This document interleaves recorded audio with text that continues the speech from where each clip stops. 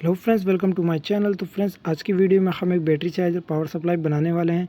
तो ये वीडियो आपने देखी होगी, स्क्रीन पर सामने आपको जो शो किया है, इसका ही बैटरी चार्जर बनाने वाले हैं। तो सबसे पहले आपको जो है एक मॉड्यूल ले लेना है 2596 DC to DC step down module, ठीक है ना दोस्तों।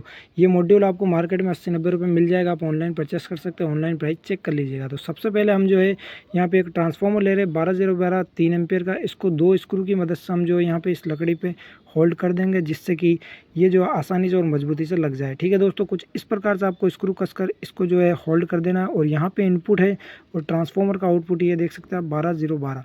3 वायर इसमें निकले हुए हैं। तो हमें अभी 12 वोल्ट की सप्लाई बनानी है, तो हमें 2 वायर ही यूज करना है। ठीक है दोस्तों, तो यहाँ पे प्लस और माइनस, तो दोस्तों यहाँ पे ब्रिज रेक्टिफायर लगाना पड़ेगा, जिससे हमें प्लस और माइनस मिलने वाला है। ठीक है, तो ये देख सकते हैं आप, हमने 12 वाला वायर एक साइड में कर दिया, 12 और 0 को यूज करने वाला है, क्योंकि हमें जो है यहाँ पर 12 वोल्ट की जो है सप्लाई बनाने वाले हैं, पावर एडजस्टेबल। ठीक है दोस्तों यहाँ पे बहुत ही इजी वे से मैं आपको बताने वाला हूँ। और ये देख सकते हैं आप, ये ब्रिज रेक्टिफायर मैंने बनाया है। इसकी वीडियो भी आप देख सकते हैं, आपको वीडियो में थंबनेल शो हो रहा है। तो ये मैंने पहले से बना रखा है, आप चाहे तो ये वीडियोस देख सकते हैं। तो कुछ यहाँ से देख सकते हैं दोस्तों, इनपुट होने वाला और यहाँ से जो आउटपुट होने वाला है। ठीक है, यहाँ से प्लस और माइनस का आउटपुट आपको मिल जाएगा और यहाँ पे जो इसका इनपुट मिल जाएगा। ठीक है ना दोस्तों, तो ब्रिज रेक्टिफायर बनाना बहुत ईजी है और आगे वीडियो में आपको फिर से ब्रिज रेक्टिफायर बनाकर सिखाने वाला हूँ। तो दोस्तों, आई होप आपको अभी तक वीडियो पसंद आ रही होगी। प्लीज़ चैनल को सब्सक्राइब नहीं किया तो सब्सक्राइब कर दीजिएगा, वीडियो को साथ ही साथ लाइक कर दीजिएगा और नोटिफिकेशन बेल को ऑल पे क्लिक करना जरूर से याद रखिएगा। और दोस्तों, अगर आप हमसे कांटेक्ट करना चाहते हैं तो व्हाट्सअप ग्रुप नंबर आपको दिया गया है, तो वहाँ से आप जो है हमें कांटेक्ट कर सकते हैं। डिस्क्रिप्शन में और भी प्रोडक्ट्स के लिंक है, जहाँ से आप ये सब ट्रांसफॉर्मर, ब्रिज रेक्टिफायर, डायट्स वगैरह भी, सोल्डरिंग आयरन वगैरह जो है परचेस कर सकते हैं। तो आप प्रोडक्ट को चेक जरूर से कर दीजिएगा। दोस्तों, यहाँ पर सोल्डरिंग कर देते हैं हम ट्रांसफॉर्मर की आउटपुट वायर को ब्रिज रेक्टिफायर की इनपुट में, जिससे कि क्या है कि हमें जो है यहाँ पर इनपुट इनपुट मिल चुका है। अब यहाँ से डीसी मिलेगा। तो डीसी के लिए आपको दोस्तों ये देख सकते हैं, मैंने ये मॉड्यूल आपको बताया था, इसमें input IN plus IN minus लिखा हुआ है और यहाँ पे आउटपुट प्लस माइनस लिखा हुआ है। बहुत ईजी है, जहाँ पे इनपुट लिखा हुआ है वहाँ से ब्रिज रेक्टिफायर का जो हमारा इनपुट आ रहा है वोल्टेज, वो इनपुट करवा देना और आउटपुट यहाँ से हमको ले लेना आउटपुट से। तो यहाँ पे पहले हम स्क्रू की मदद से इसको होल्ड कर देते हैं, जिससे कि हमारा जो है PCB अच्छे से होल्ड हो जाए, कोई इशू ना आए हमें।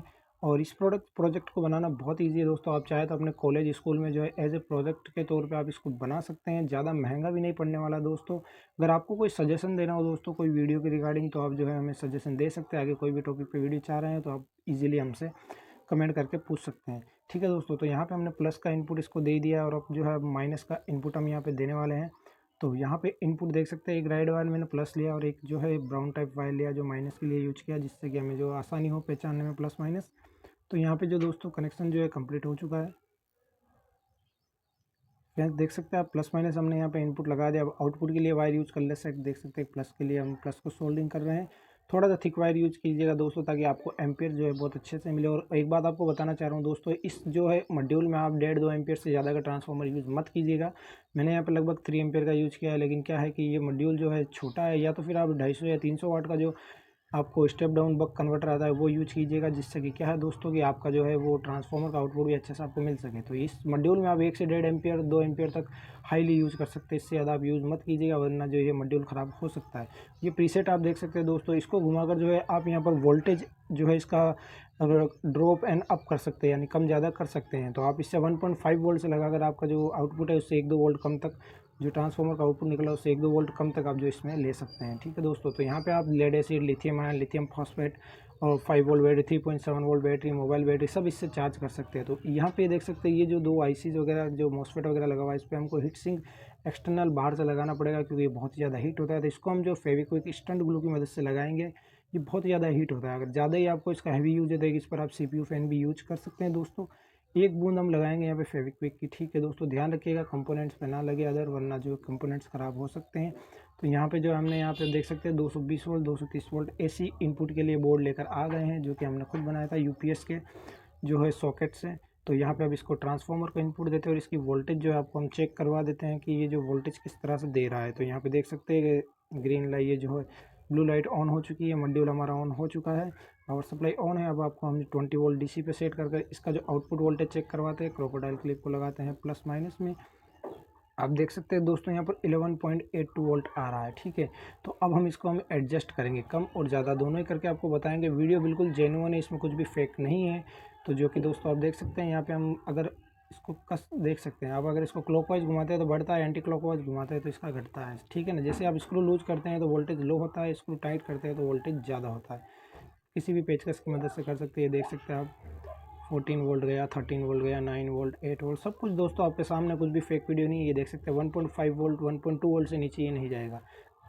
सॉरी दोस्तों यहाँ पे हाईएस्ट वोल्टेज जो है आप जितना भी चाहे उतना कर सकते हैं। 8.9 वोल्ट, 10 वोल्ट, 12 वोल्ट, 11 वोल्ट, जितना भी आपका मॉड्यूल जो है इसको इनपुट में जितना वोल्टेज मिल रहा है उसके रिगार्डिंग ये जो आपको दे देगा। देख सकते हैं 12.6 वोल्ट हमने यहाँ पे सेट कर दिया, जिससे कि आप लिथियम आयन बैटरी जो इजीली चार्ज कर पाएंगे।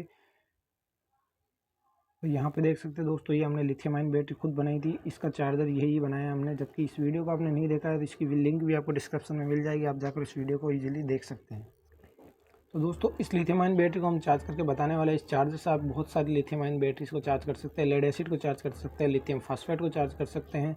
दोस्तों देख सकते हैं 12.6 पे हमने सेट कर दिया है, क्योंकि ये 3S BMS वाली बैटरी है तो इसमें 12.6 वोल्ट ही देना होता है चार्जिंग के लिए। और यहाँ पे देख सकते हैं आप बिल्कुल कंस्टेंट वोल्टेज आ रहा है, बिल्कुल कोई इशू नहीं है। अगर पीछे से कितना भी फ्लक्चुएशन आए उससे कोई दिक्कत नहीं है। अब इसको हम एम्पियर चेक कर लेते हैं, शॉर्ट सर्किट एम्पियर कितना दे रहा है ये हमारा मॉड्यूल। तो देख सकते हैं आप 2.83 एम्पियर लगभग हमारा जो ट्रांसफार्मर है तो ये 3 एम्पियर तक दे रहा है, लेकिन आपको इसका 1.5 या 2 एम्पियर से ज़्यादा यूज़ नहीं करना है दोस्तों। आई होप फ्रेंड्स आपको जो ये वीडियो बहुत ही ज़्यादा पसंद आई होगी। तो वीडियो पसंद आई तो शेयर कर दीजिए और कमेंट जरूर से कर दीजिएगा। मिलते हैं नेक्स्ट वीडियो में, तब तक फ्रेंड्स ध्यान रखिएगा अपना, जुड़े रहिएगा टेक्निकल सिद्धांत से। Thanks for watching.